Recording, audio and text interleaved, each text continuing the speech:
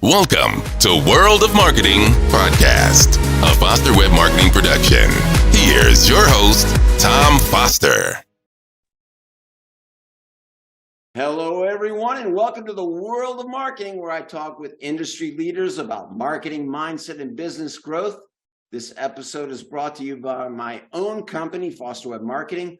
Foster Web Marketing is dedicated to providing cutting-edge, highly customizable websites, marketing video, and strategic solutions specifically designed for law firms, medical practices, and other professional service businesses. Our award-winning web technology and marketing system sets us apart from everyone else. Please visit our website at Foster Web Marketing if you want to know more about marketing that works for your law firm or business. Today, my guest is Sandra Maxey, award-winning philanthropist leading the way to service in the legal community. Sandy has worked in the legal industry for the last 28 years as an accountant. She works at the law firm of Harrity Harrity as their controller. She is on the board of directors at ZERO Prostate Cancer. This charity is very near and dear to her heart, as she has lost her father 30 years ago this October to this dreadful disease. But Sandy is one of my oldest and dearest friends, everybody. Sandy and I go way back. I mean, way back to high school, back to the 80s, back to the future, right? Yep. Sandy, it is so great to see you, girl. Always a pleasure, Mr. Foster. Love you. Love your show, babe. I love you so much. And you're coming, you told me you're in Florida.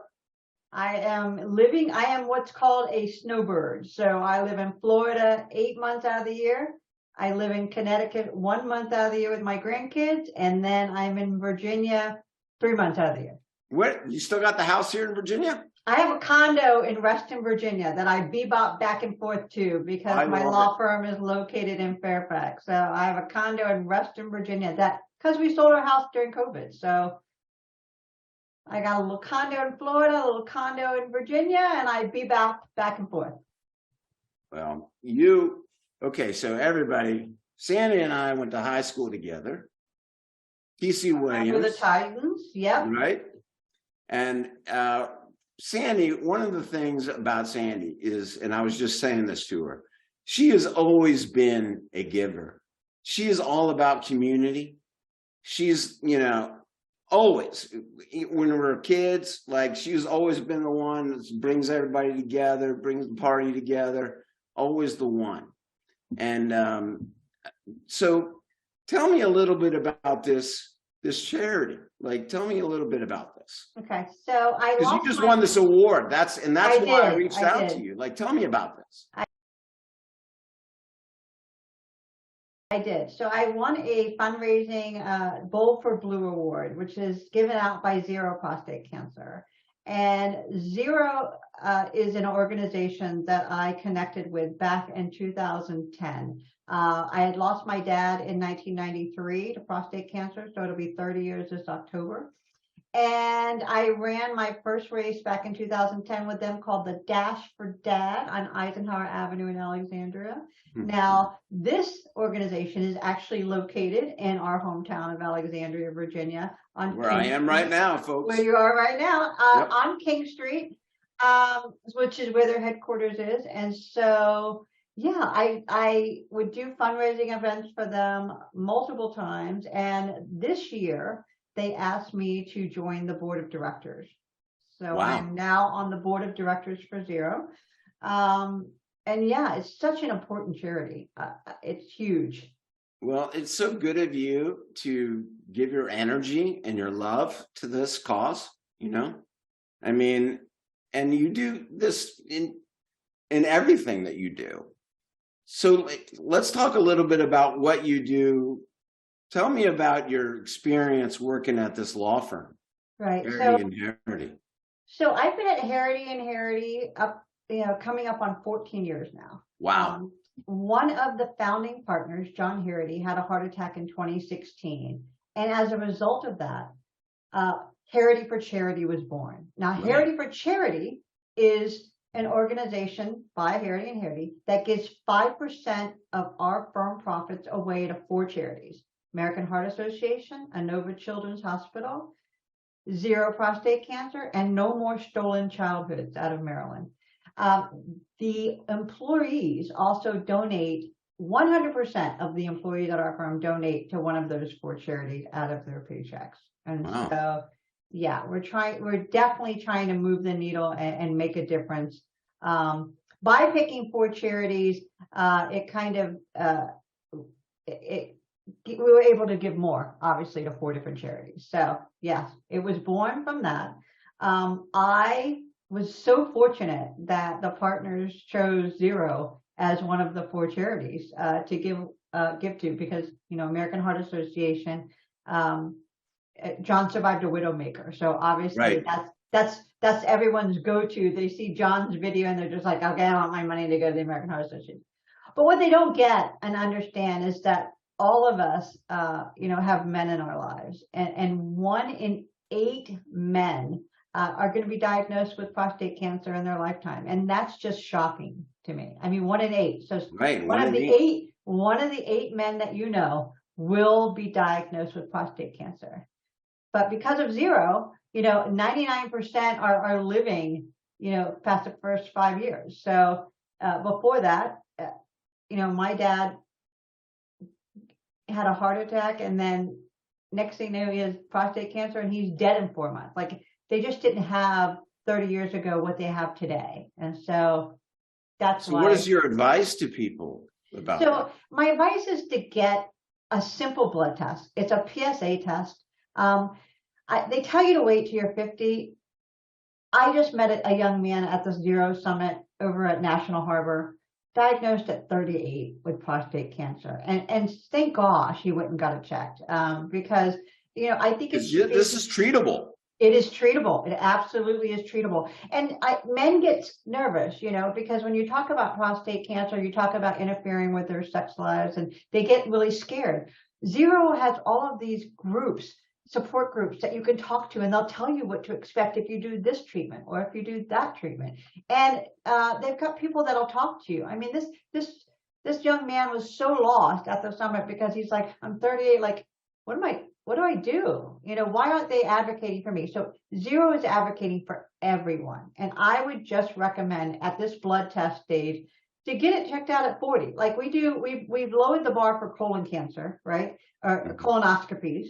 So I'm saying at 40, 45, just ask for a simple PSA test. With that test, it will tell you your markers.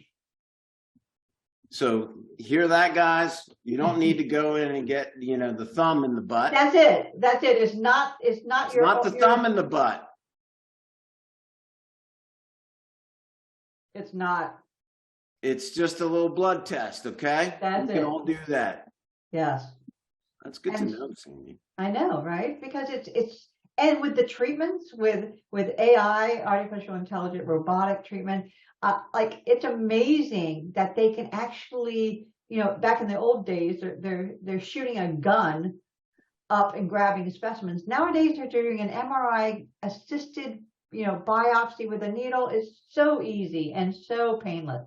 I mean, well, I can't say it's painless because I've never had it, right. But I can tell you that a friend of mine just went through it and didn't experience an ounce of pain. So, yes, making big strides in prostate cancer, big strides.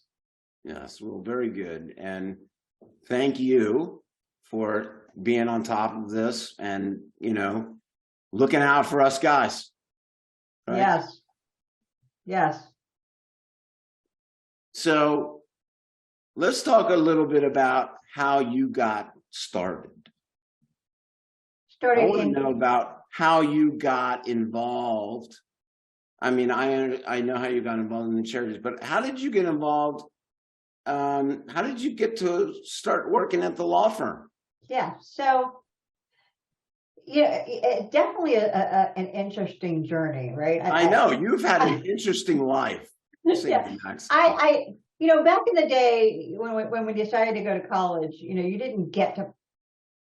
I didn't have parents that drove me around and said, oh, go to this college or go to this college. I kind of just ended up applying to Virginia Tech and getting in. And for all you Hokie fans out there, God bless you, but that college is not for me. No, it was after 4 hours and ending up in the mountains, I was like, you can't leave me here. Like, this is not acceptable, but they did. And I can tell you that after a year at school, I just was like, this is not for me. And I up and moved to California. And so after reevaluating my life and, deciding like what I really wanted to do, it turns out that I really wanted to be an accountant. So headed back to the East Coast, landed at American University in the district, fell in love with accounting, ended up getting my first job doing payroll at a law firm, and then just worked my way up in the law firm to being a controller. And so you've always done accounting in a law firm? I've always done, for the last 28 years, I've done accounting. Yeah. So I love math. I love accounting. And so that's how I got my start in law firm. I was at a video chain doing their books and then decided I wanted something different. And an Alexandria law firm took a chance on me. And so I've been at 3 law firms for the last 8 years. So 3. Where were you before? What are all the firms you were with? So the first firm I was with was Oblon Spivak, which are in Alexandria, Virginia. I was with them for 3 years, and then I kind of got stolen away from a very amazing mentor of mine, Kathy Hall, who worked for Burns Doan on King Street in Alexandria. That firm was purchased by a GP firm out of Pittsburgh, and because accounting was done in Pittsburgh, and I have no desire to move to Pennsylvania, I reached out to some coworkers that previously worked at Burns Doan and ended up finding out about Harrity Harrity and fell in love with them in 2009. So this will be the last law firm I work for. For sure. For sure. I love them. I love all the work, the charity work they do, the philanthropy services, the DEI stuff that we do. I mean, this firm is just the most amazing firm I could ever imagine. And it's a law firm. Like, it's great. Tell me about a moment that you're most proud of. What I think about most, like I'm a very spiritual person, and I have 2 daughters, and I can tell you that I'm 100% a person that likes to give back. Okay, I believe that the more you give, you definitely are a giver. The more you give, the more you receive back. That's and right. So I started taking lessons on how to teach self-defense. It's called rape aggressive defense training, and I wanted to teach these to women at school because back when my daughters were going to college, Yardley Love was assaulted.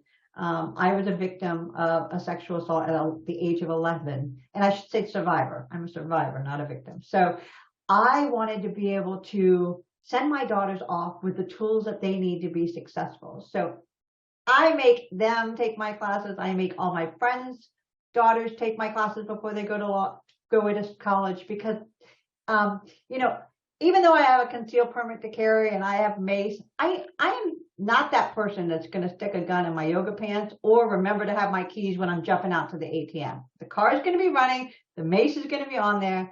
And so everything that I have to defend myself is right here. And so teaching women that was the most amazing thing. Before COVID, I was working with the Vienna Police Department. I was working with the Manassas Police Department, and I was working with George Mason for this program. And that to me is like something that I'm very proud of. I currently want to teach this to seniors down here in Florida. So I'm trying to get trained for those wheelchair people and just keep up. Just keep on giving. Keep on giving. You're such a giver. I mean, like, you do so much for other people. Do you have any mentors or others that you look up to? Oh, absolutely. You know, we all have, well, at least I hope everyone in my friends every one of my friends has someone that they can talk to. But, you know, I have this inner circle of amazing people, John Harrity, Paul Harrity, Patricia Barta. Those people inspire me to do better. They inspire me to read, to not just, you know, see things for face value, think outside the box. So Kathy Hall has always been my number one fan when it comes to accounting, and I got to work with her early on in my career. So yeah, I do have some amazing people in my life that inspire me to be a giver. And so what are some, like, you have such great energy. I You do. You really do. You always have. What are some, like, you have any daily rituals that keep you going? I do. So I can tell you that I wake up every morning and I meditate. I then check my email, and then I go and I play pickleball for 2.5, 3 hours every single day. So that's great. That is my daily ritual. So yes, I'm a huge believer in taking some time for yourself and meditating, and taking. And so, like, let's talk, like, meditate. When you're saying you meditate, how do you do that? So I do. I am one of those people. You know, when you talk about my energy, I'm pretty sure I have ADHD. So I'm one of those people that has a very hard time of quieting their mind. And so the way that I meditate is usually guided meditation. And that's someone just relaxing you, you know, making you focus on your body, your deep breathing, and putting your mindset into a good, healthy mindset for the day. It's just one great way to start your day. And guided meditation does that for me. Then if I'm focusing on anything, I'll do like mind movies, like just to you know, gear my mind towards something that I'm focusing on. It could be balancing my hormones or something like that. And so what it does is it just kind of gets you in tune with your body so that you know exactly, you know, that maybe, you know, a little anxiety you're feeling here, starting off your day in the morning with meditation kind of calms you, balances you, brings you balance in your life. Do you use like an app or something? I do. I use Kathy Preston, her guided meditations for healing, health, abundance, loving relationships. She's just one of the many people. Like YouTube has tons of meditation. I actually heard someone talk to me about walking meditation, because some people who can't sit still, it might be hard for them. And walking meditation is just, you know, quieting your mind and listening to music and observing nature around you, not thinking about what you need to pick up at the grocery store, what you have planned later on for the day. But yeah, it's just an amazing tool to keep your life in balance, an amazing way to start off your day. That's great advice. Thanks. I love it. Fantastic. Yes. So, Sandy, I've known you for many, many years, and I know some of the things that you have done, but what is the craziest thing? By far the craziest thing I've done is jumped out of an airplane because I thought I was afraid of heights. Oh, so you've done that? I did. I jumped out of an airplane. That's probably the craziest thing I've ever done. And what I didn't realize. When did you do that? When? I did that about 10 years ago. Oh. And the reason why is because I did not know you did that. Oh yeah, because I thought I was afraid of heights, and I thought that would cure it. That did not. It turns out I'm not afraid of heights. It turns out that I am afraid of ledges, and this is how I found this out. So we do these, and Tom, I know you do these virtual leadership group team building stuff, right, with your team. Right. So we are in Orlando doing these Oculus AI, virtual reality, the games, right? I am sweating. I can't look over the ledge because there's clouds. Everybody's killing me. So I'm crunched down in behind a building so that they don't find me. And they're all my coworkers are finding me and killing me again. And so I realized that I just don't like looking over. So in the virtual reality games, there's this one that we play is shooting zombies. I can't look over the house, like I can't be on a roof and look over because I got sick.